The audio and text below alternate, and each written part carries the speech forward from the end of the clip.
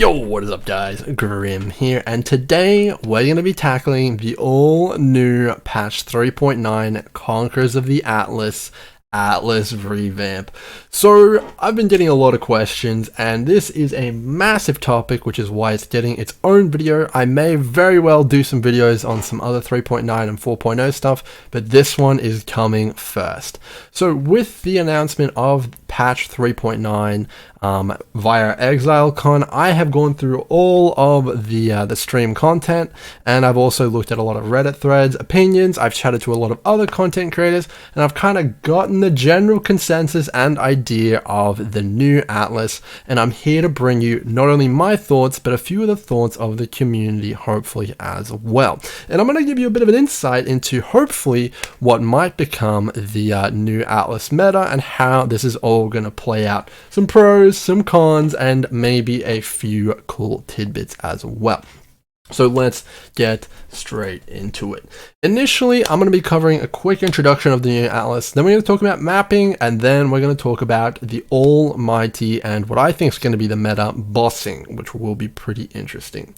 So initially, what have we got? The Atlas has been completely redone. We've got an all new endgame system, and they've pretty much tossed out the old Atlas and all of the kind of nuance and systems that had on it in favor of a brand new one. As you can see there in the background, focusing on socketing the Atlas as well as different quadrants, accompanied by 5 all new endgame bosses and 4 new influence types to replace the Elder and Shaper that we all know and love. So, what does this mean? Initially, this means that the Elder and Shaper and all of their accompanying item mods, uniques, all that kind of stuff has been kind of relegated to side content.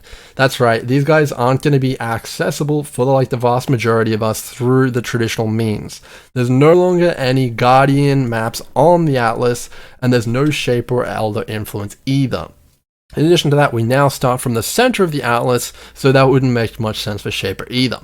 So we're going to initially cover where these guys went. So in terms of Elder and Shaper, if you still want to get in on that action, which I imagine it's going to be very lucrative, farming stuff like Starforge and Dying Sun, where can you get a hold of those? So initially, the word on the street is from the developers is that you're going to be able to obtain Shaper Guardian maps and Elder Guardian maps via Zana in maps. So basically you can build up your red Atlas missions and run T16 Zanas and encounter the Guardian maps as you would right now, kind of on Zana naturally in maps, as well as adding in Elder maps, which can drop Elder fragments, which presumably could be used to open up the Elder or Uber Elder fight as well, to kind of obtain their respective uniques. So very much how it is in the game now, but their natural acquisition method will be gone. So that makes Zana an insanely lucrative master, like more so than anything. Not only does it have the synthesis and unique maps on it, it also now has both Elder, Uber Elder, and Shaper potentially on it as well, making her probably the most powerful master out of any of them. So definitely pretty interesting there, if you ask me. So pretty cool, but those guys are gone. So very, very big change indeed. What do we have instead? So we have the new Conquerors, which are the new end game bosses. There are 4 of them, which I'm assuming will act like Guardians, and a final one, which will act like Shaper. I believe the final one is named Sirius, and he will come into play a little bit later, maybe in another video, or maybe this one, when we talk about crafting, because I think he's going to play a very big part indeed in the economy. So initially, you're going to reach endgame, you're going to get into the Atlas, and you're going to start in the middle of the Atlas, and you actually won't see an Atlas specifically like this. You'll probably see one more like this. One with all white maps and a lot fewer than the total 155 that we're used to on live right now. So Chris Wilson and a few other people at ExileCon mentioned that you'll start off with 90 maps on the Atlas, and they'll all be white. So I'm assuming you'll kind of make your way through the atlas at your normal pace, kind of completing maps as you get them and all that good stuff. But while you're mapping, you have a chance to encounter the Conquerors, which are akin to kind of Shaper and Elder influence, in a form which I'm assuming is going to be kind of like a random encounter. Neon mentioned that it might be about 1 in 5 maps you'll encounter a Conqueror, and these have a chance to drop something that is called a Watchstone. So what is a Watchstone? So you'll notice on the atlas that there are these new kind of circular stone areas, and there's one for each of these roped off quadrants. So the atlas is now split up into each of these quadrants, and these are going to be very, very important for pretty much the future of endgame play. So each of these quadrants are tied to each of these stone towers, and each stone tower has 4 colored sockets on them, 1 for each Conqueror. So as you're mapping and you're encountering these Conquerors, they each have a chance to drop a Watchstone, I'm assuming. Now, we didn't get shown any footage of fighting Conquerors in maps or what a Watchstone looks like in game, so we don't know kind of like what these encounters will look like, how often they are, how often we drop these, or what a Watchstone kind of does functionally apart from its kind of other functions we'll talk about in a second, whether you can roll them. But we do know that there is the possibility of obtaining unique Watchstones of potentially varying colors. So think about it kind of like as a jewel would in the socketing in the tree. These are kind of ones for the atlas. So it's possible these might be rollable. They might not be rollable, I'm not sure, but they do have a very big part to play in potentially the player agency and kind of the end game progression of your atlas. So that's going to be very, very important. So we're going to be acquiring these. What do you do with them? So of course you get these jewels and you socket them into the different watchtowers on the atlas. So what does this do? When you socket these into the atlas, it's going to unlock more of the maps, kind of taking you from that initial 90 white maps to the end game 155. It's going to add them in and kind of like snap the atlas to different formations as you add them in, from what I saw from the kind of video in ExileCon, and it's going to basically change the layout and tier of the maps in that quadrant. So if you have 1 in, all the maps might be white, but you might have all of them. Put 2 in, they might all become yellow. 3 might be red, and 4 might be like high red, like T16. So these are going to be used to kind of influence how high tier your maps will become, and kind of like shape them all up in batches, which is pretty interesting, but also a little bit concerning. And we'll get to that in later on in the video when I kind of share my opinions about the whole thing once everyone understands.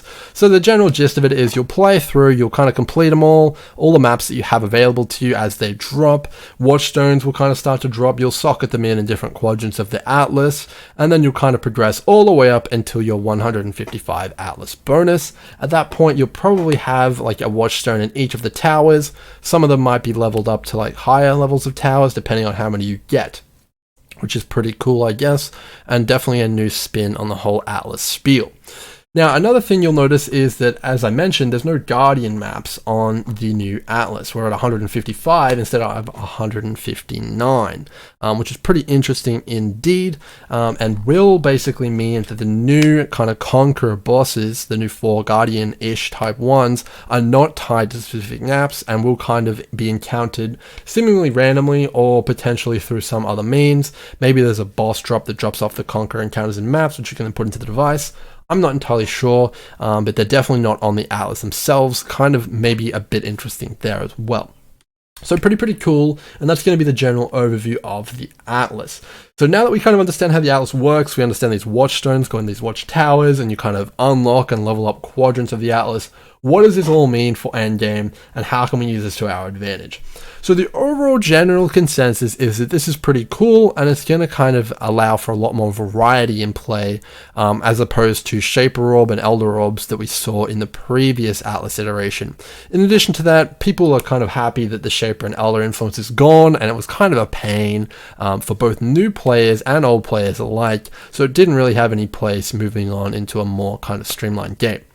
Overall, the system seems to be very, very good for new players, and it allows for a much smoother transition from the story into the massive end game that we're all used to kind of playing it. So overall, it seems like a pretty good change, but now we're going to go into the deep dive kind of mode, the analysis mode, and see how this could affect us.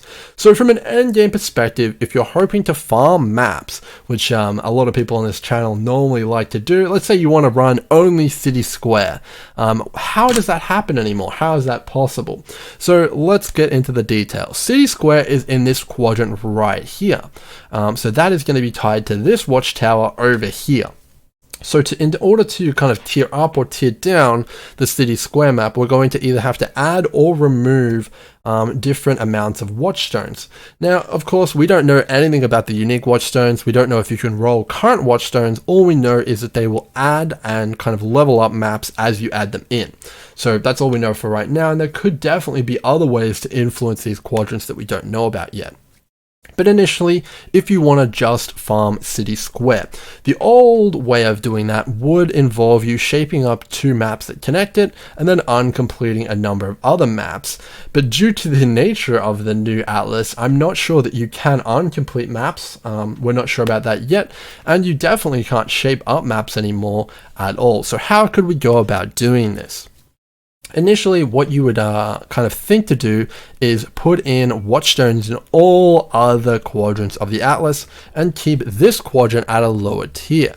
But you still need to deal with the fact that these maps may be the same tier as City Square, which is actually not a problem that you can deal with in this current setup with the current information we have, meaning that you can't actually farm one map anymore in the new atlas unless you kind of buy these maps of other players, which is definitely a massive change for a lot of players and was confirmed, unfortunately, by one of the content designers at GG, and we'll quickly play this clip here.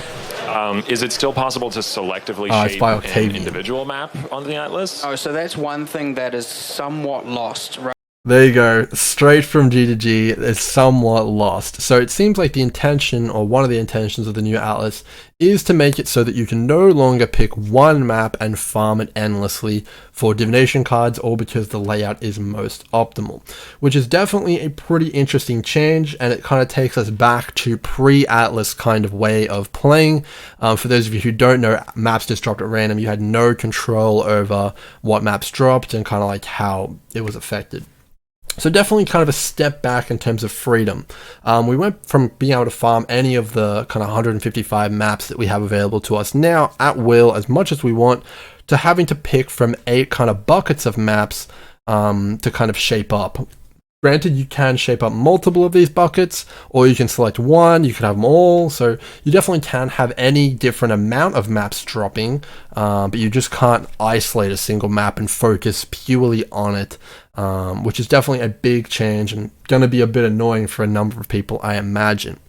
So they might add ways in via the Watchstone system or the unique Watchstones to allow you to pinpoint a map, but we don't have any information on that just yet. And I think it's pretty safe to assume that they did this on purpose and they're not looking for players to only farm one map, as it kind of might lead to some unhealthy gaming habits, which they want to try and avoid. So pretty interesting, but that kind of strategy is out the window.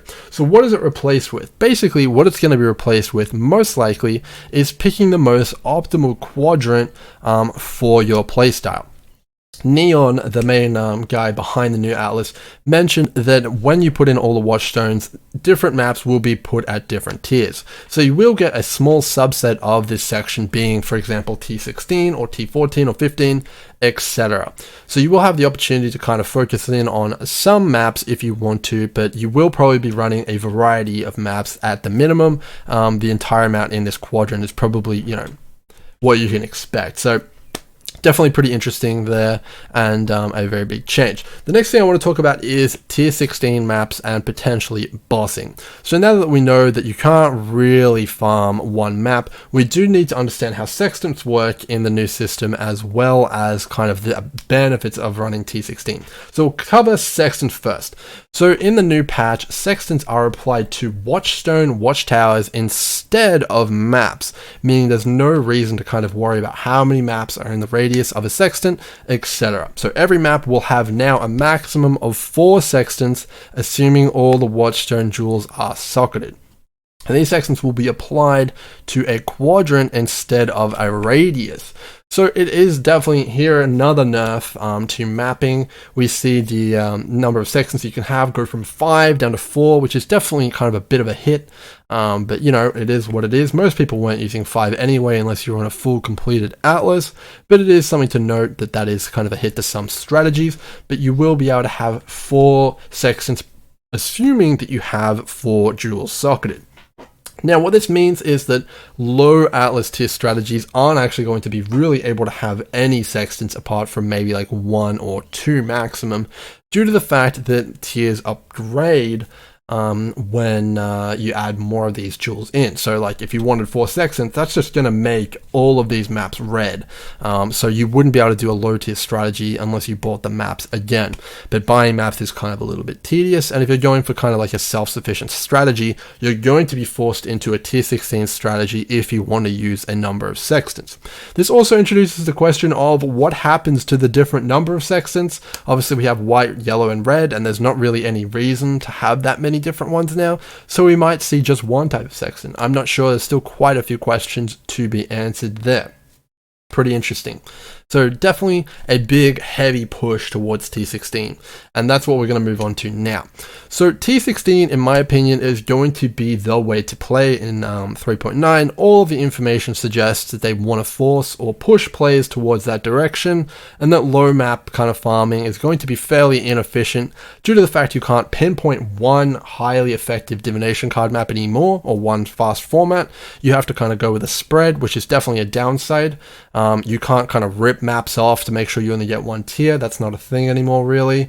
And you're going to be heavily limited on the amount of sextants you can have on your atlas due to the fact that you need to socket the jewels in at the current kind of time to kind of do that. So definitely that kind of strategy has been completely destroyed. Definitely not going to be optimal to do that. Obviously you still can if you want.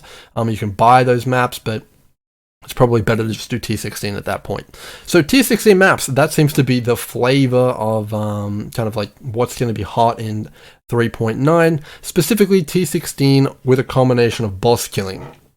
Now, why do I say this? So, T16 maps obviously can have the 4 sextants, and you're going to be able to sustain a smaller subset of maps due to the fact that not all of the maps that will upgrade will be T16. So you kind of hone in on a few of them by putting all those Watchstones in, instead of having a big kind of spread of different maps. And Neon, the lead developer who was in that kind of Octavian interview before, did mention that some of the quadrants will only have one T16, so you can still achieve a sort of one map strategy, and you could potentially just focus a really good T16 map still, hopefully, if the devs are kind enough to you, or there's some sort of a seed kind of system with the Watchstones. So focusing in on that, what makes T16s the potential future for farming in PoE? So as we mentioned earlier, the main access to Elder and Shaper will be through Zana currently in T16 maps, I would assume.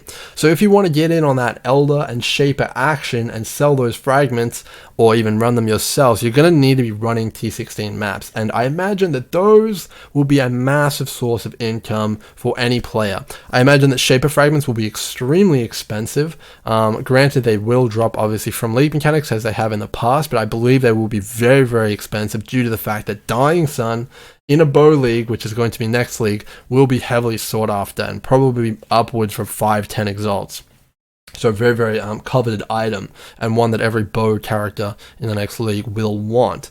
So definitely going to be a lot of emphasis on getting to those items and kind of focusing on those bosses, so those kind of currencies, those fragments will carry a heavy premium. And of course, Uber Elder, we don't have to talk about Watcher's Eyes, that's a very coveted item, and getting those will be very, very difficult in the next patch. So just access to that, doing T16 maps is already very much worth it. In addition to that, the new Conquerors, the new 4 bosses, will be very, very, very heavily farmed due to their drop tables and their rewards. In the new patch, they are adding something called a Support Gem Plus, which is a new type of chase item. These things are going to be completely insane. Everyone's going to want them, and everyone's going to want to corrupt them, so they're going to be heavily sought after, and they're going to be constantly cycling through the economy. Trying to get a level 6 Support Gem Plus is going to be extremely extremely difficult and like just basically a chase item on the level of potentially Headhunter. They're as powerful as some of the most powerful uniques in the game. Not quite as much as Headhunter, granted, but they're very, very strong. They're going to be very, very coveted. And where do these come from? The new Conqueror bosses, and due to the fact they're not on the Atlas, one can only assume they're going to be spawning in T16 maps. So running T16 maps again will give you a chance to encounter these bosses, giving you a chance at the support gem pluses. So with all this kind of focus on T16, not only in the new patch, but also in previous patches with stuff like Blight, Legion, all these things being heavily focused on pushing players towards T16, I think we're definitely way past the tipping point where T16 is completely a no-brainer. You kind of really have to push yourself to go towards that kind of strategy and really go for it. In addition to that, we also have new types of Exalted Orbs, which you can only assume will also drop off the new Conqueror bosses in some kind of way or shape or form. I can't imagine that these will drop off the random Conqueror encounters, which drop the standard Watchstones, but if they do, that might kind of like lend a bit of a hand to the white map strategies. But we can also see that white map strategies kind of really got the shaft in this patch. They're not really viable anymore from an efficiency standpoint, and you're much better going with the T16 maps, which have more Chalice Breachstones, more Legion, more everything, higher level bases, and higher level new bases, which are the new 4 influence types. It's just a no-brainer to go for T16s, but the new kind of hotness which is brought in on this patch is not only that you want a T16 build, but you also want a T16 build that can clear maps quickly while also being able to do bosses.